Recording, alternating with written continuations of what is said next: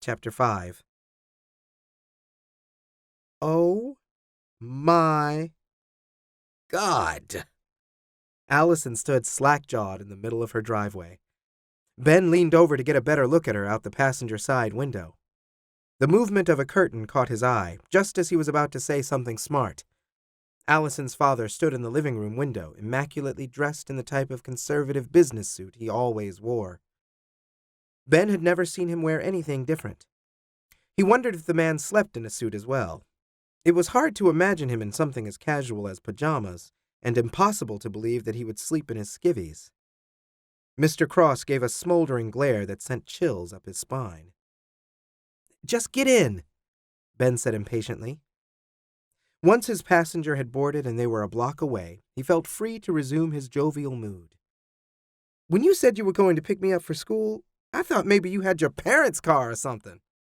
Ben shrugged, enjoying keeping Allison in suspense. This didn't dissuade her from finding out the truth. She popped the glove box and pulled out the only contents, the insurance card. "Tim Wyman?" Once again her jaw lost the ability to hold her mouth shut. "You have got to be kidding me! Does he know you have it?" Ben was offended. "What, you think I stole his car or something? I'm not that sick." "Well, how then?" "I put him in the hospital." Ben laughed. "That's how." Allison didn't find this statement amusing until he told her the complete story.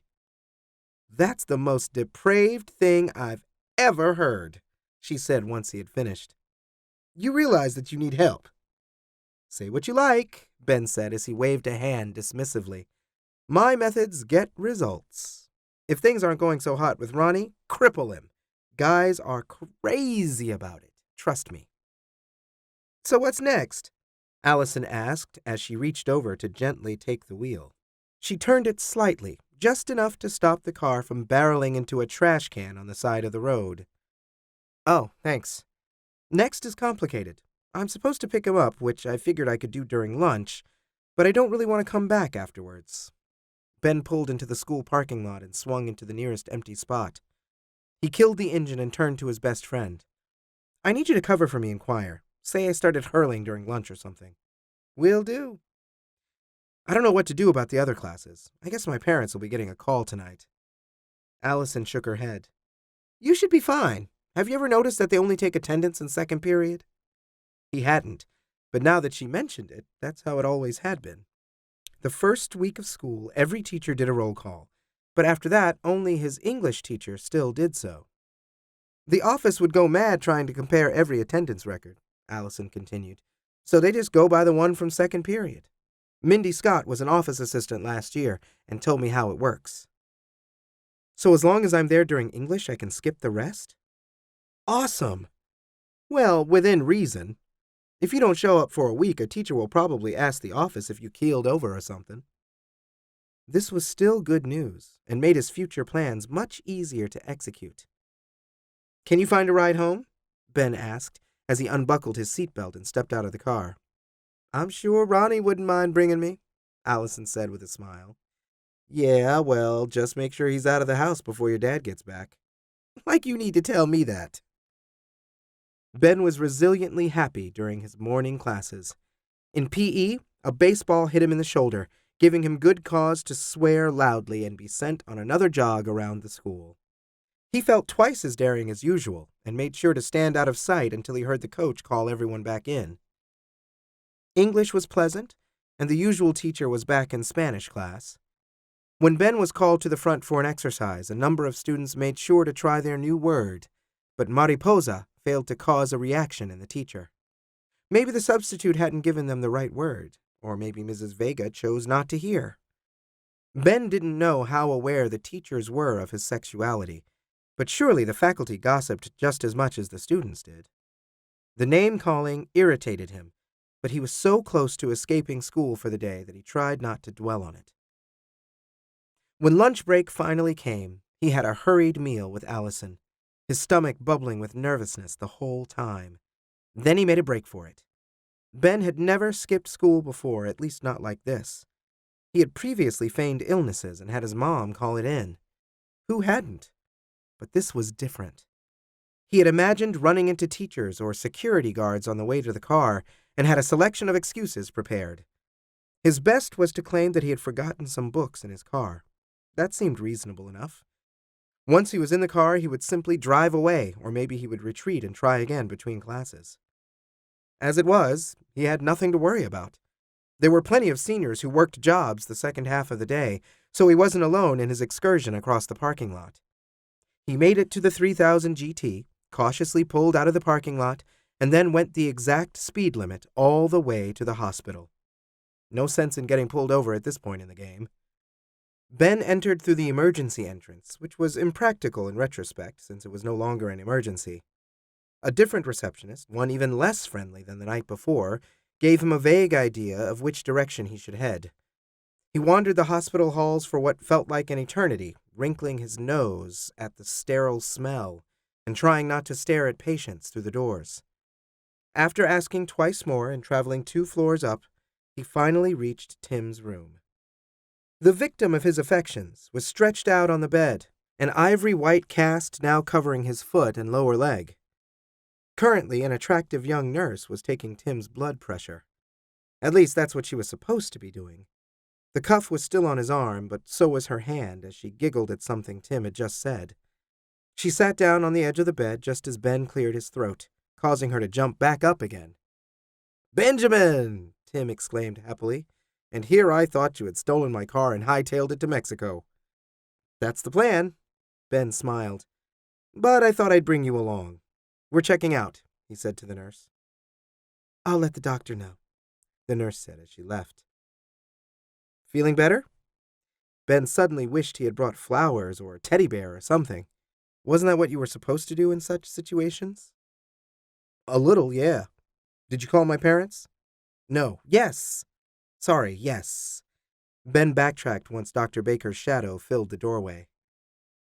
"They don't think they can change their flight, but they've arranged for a nurse to take care of you and everything." "They're probably pissed, huh?" Ben found this comment surprising. Why would they be angry at their son for getting hurt? "Not at all," he replied. "Don't worry about it." "Do you have their number handy?" Dr. Baker interjected. "Oh, no, sorry," Ben apologized.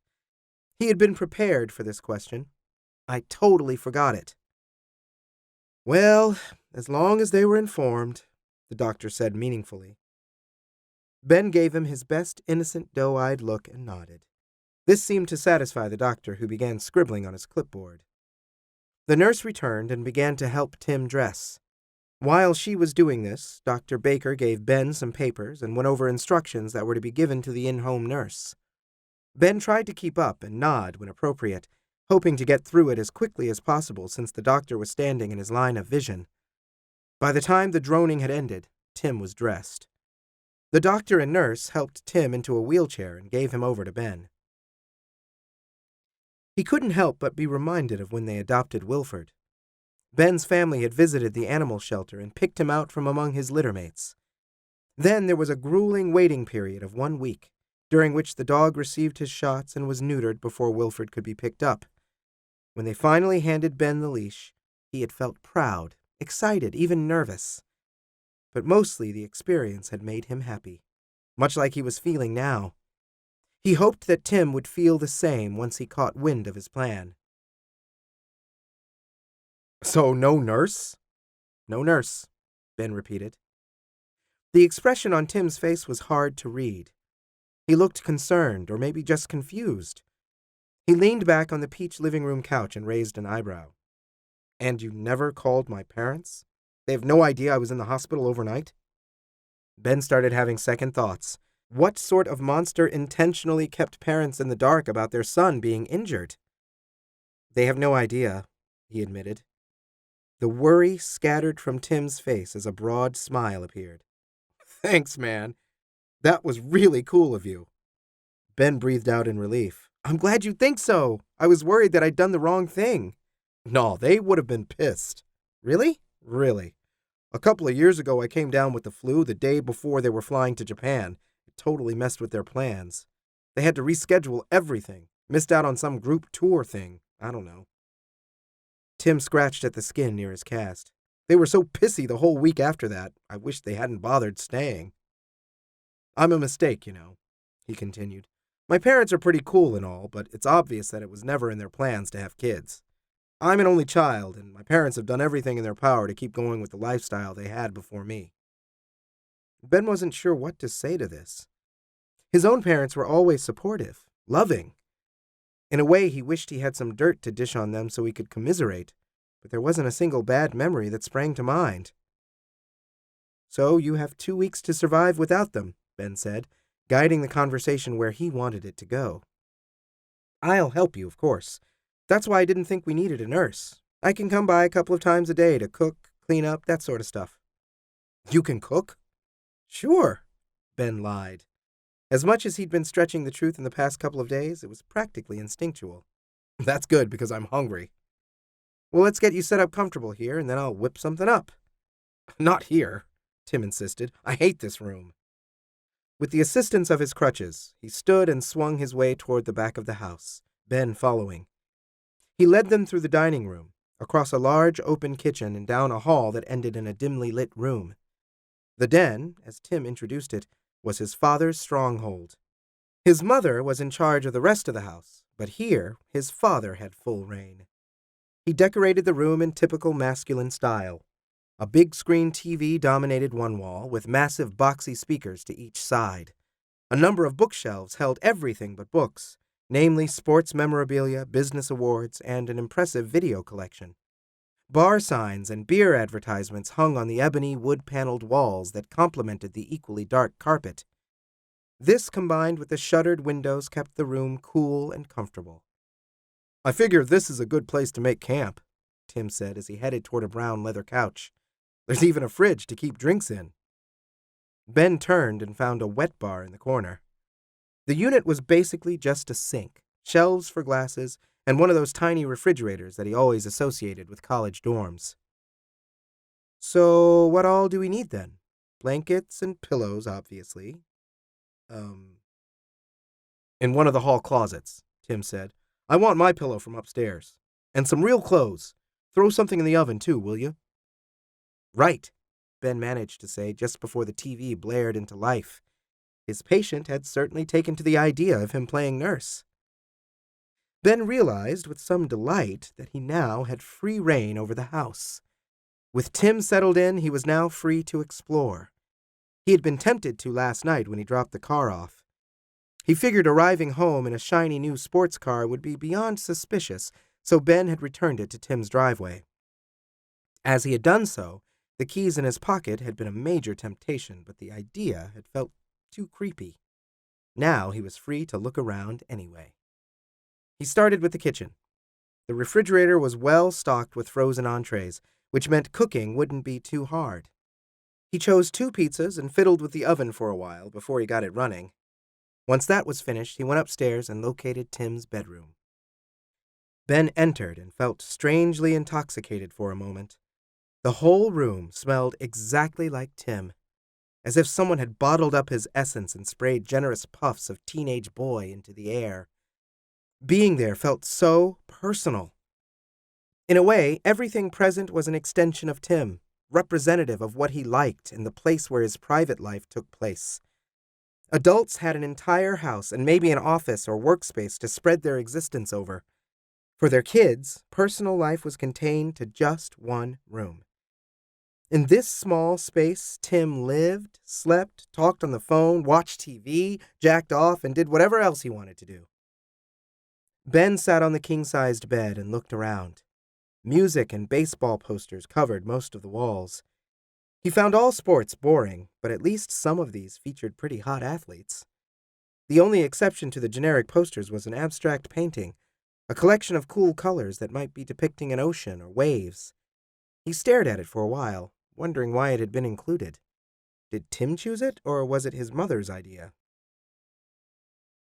Across from Ben sat a dresser that supported a medium-sized television and VCR. A closet door and bookshelves were to his right, this time actually filled with the intended content. Ben browsed the titles, hoping to get a hint of what Tim liked to read, but unable to do so. They were a completely eclectic mix, some even written in Spanish. His music choice was easier to discern, the CD rack containing nothing but popular alternative music. Well, that and the Little Mermaid soundtrack. Ben mentally filed that one away as potential ammunition. He paused to gaze out the bedroom window at the long, well-groomed backyard before returning to the dressers to collect a change of clothes. Socks were easy to find, as was underwear. He didn't examine the contents of this drawer too carefully. Doing so felt like cheating, like peeking ahead at the end of a book, since he hoped to discover Tim's underwear one by one over a series of hot encounters. Ben laughed at his own presumptions and went to the closet for a shirt and jeans.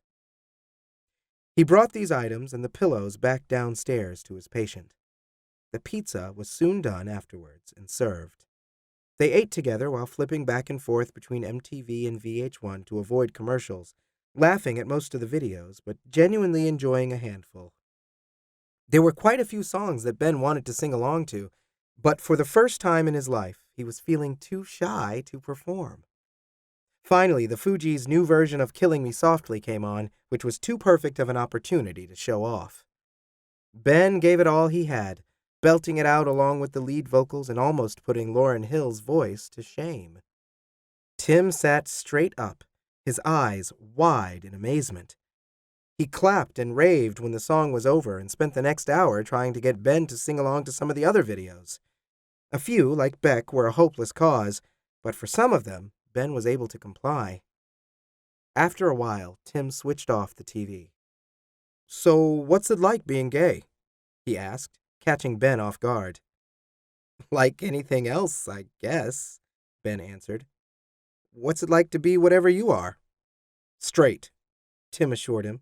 "Don't you catch a lot of flack for it? I mean, everyone at school knows, right?" Ben nodded. "I'm surprised you don't get beaten up every day." "I get a lot of crap," Ben said with a shrug. "But I got crap before I came out for totally different reasons. It's no different now, not really." "I guess that's true. If it's not one thing, it's another." Ben rolled his eyes. "Like you would know. It must be hard being a jock with rich parents and a brand new sports car. People must tease you unmercifully." Tim's grin was cocky. "When you put it like that, I do have it good. But I still get crap from other people. Miss a catch or don't make it to base and your team turns on you, especially if you lose the game." Ben made sure he didn't look convinced. "Well, all right. How about this, then?" The smile dropped from Tim's face. "At my last school, my ex-girlfriend went around telling everyone that I raped her, just because I dumped her. I had every girl in the school coming up to me and saying the craziest shit. A few even tried to knee me. It was insane." "What happened?" "What do you mean? Nothing happened. It was her word against mine, but she didn't take it to the police or anything because she knew the truth. It blew over after a while, but people never treated me the same afterwards. You don't know how glad I am to have a fresh start."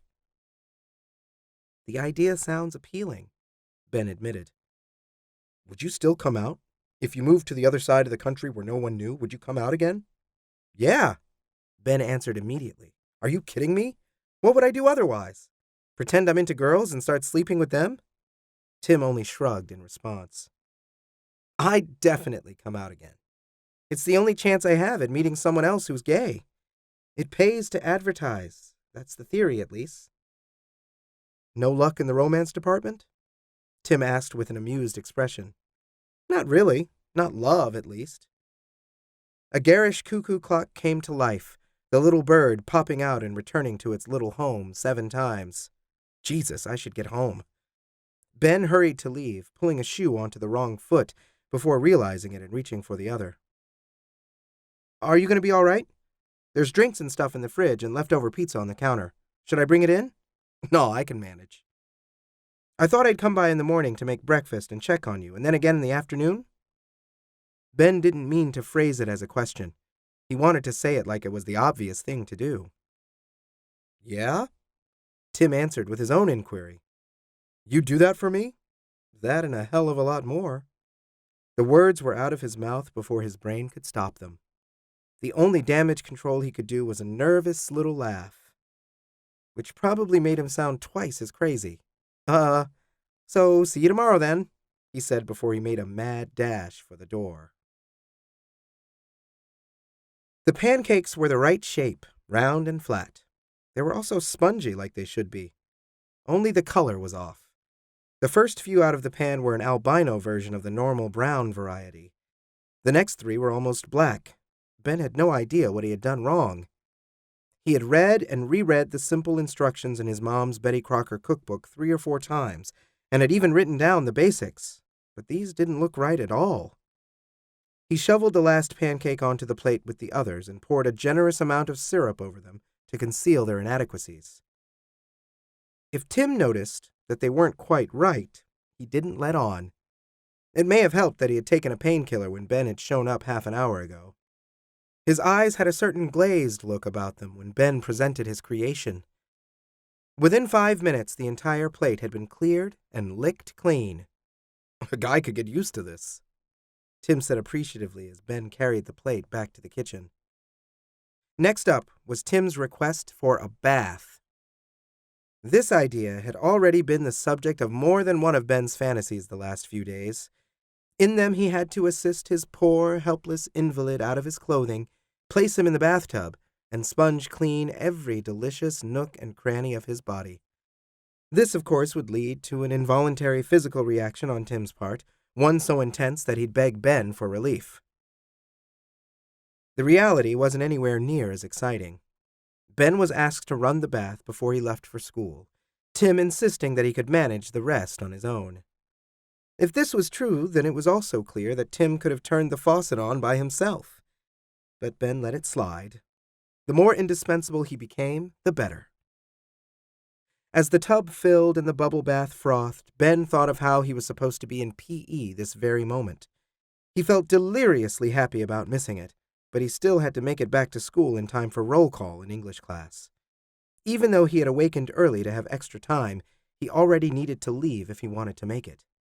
"Bath's ready," he yelled as he headed for the door. "See you later today." "Don't take my car," Tim shouted back. "What?" Ben responded before shutting the front door and getting in the sports car. Ben felt conspicuous being the only person walking across the parking lot when he arrived, but he wasn't stopped and figured it wouldn't matter if he was. What were they going to do, punish him for showing up? He felt less confident when he entered the school and found the hallways empty. Having just heard the bell, he had assumed that first period just ended. Now it was clear that second period had begun. He was huffing and puffing by the time he reached his English class. "Well?" Mrs. Carroll insisted with raised eyebrows. Ben sighed. Some teachers were happy to wordlessly issue a tardy or not bother about it at all. Others expected explanations and apologies. "Sorry," he panted. "Just came from PE and Coach made me stay behind." He doubted she would ever check up on this. He took his seat before she could ask any more questions. To his relief, she resumed whatever lecture he had interrupted.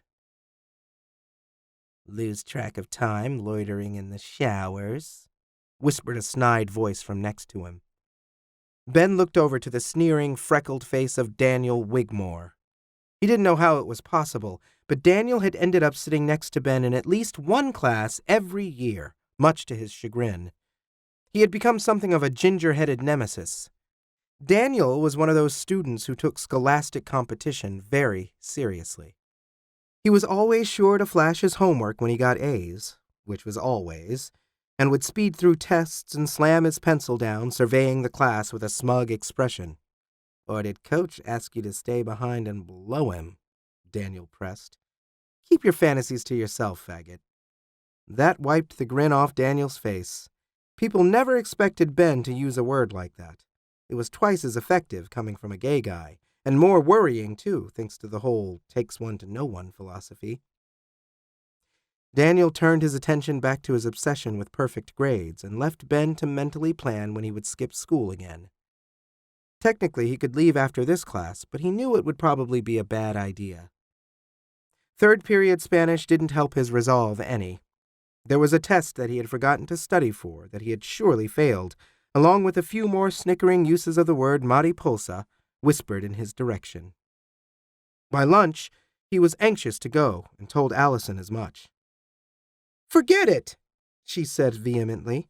"You can't start ditching me at lunch for anyone, no matter how hot they are." Besides, your absence didn't go unnoticed in choir. You're Mrs. Hammond's star pupil. All of her hopes and dreams are being lived vicariously through you now. She practically organized a search party when you didn't show up yesterday. Allison might have been exaggerating, but she did have a point. Mrs. Hammond was the teacher most likely to notice him not being there. "What did you tell her yesterday?" Ben asked. "That you were sick." "Well, tell her I am again today. 2 days in a row isn't so suspicious." Allison sighed and shook her head dramatically.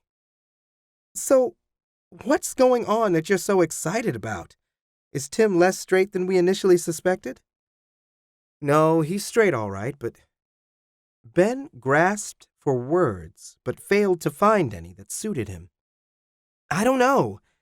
I just like him, and taking care of him is sort of like playing house. It feels real, even if it isn't."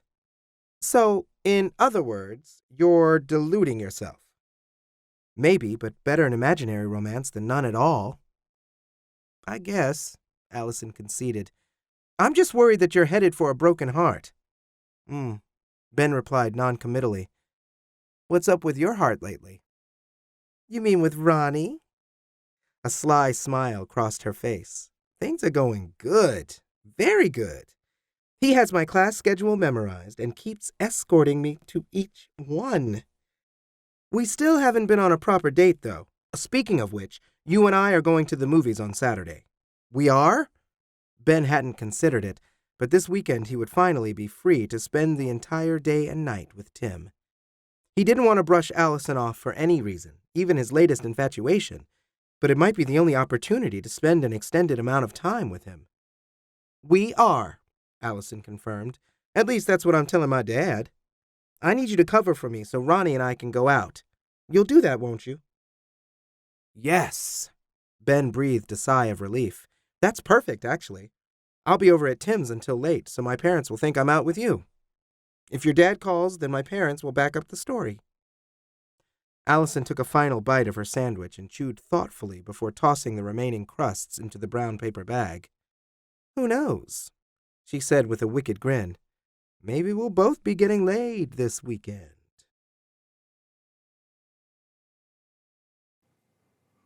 The story continues as an audiobook, ebook, or paperback available at your favorite retailer.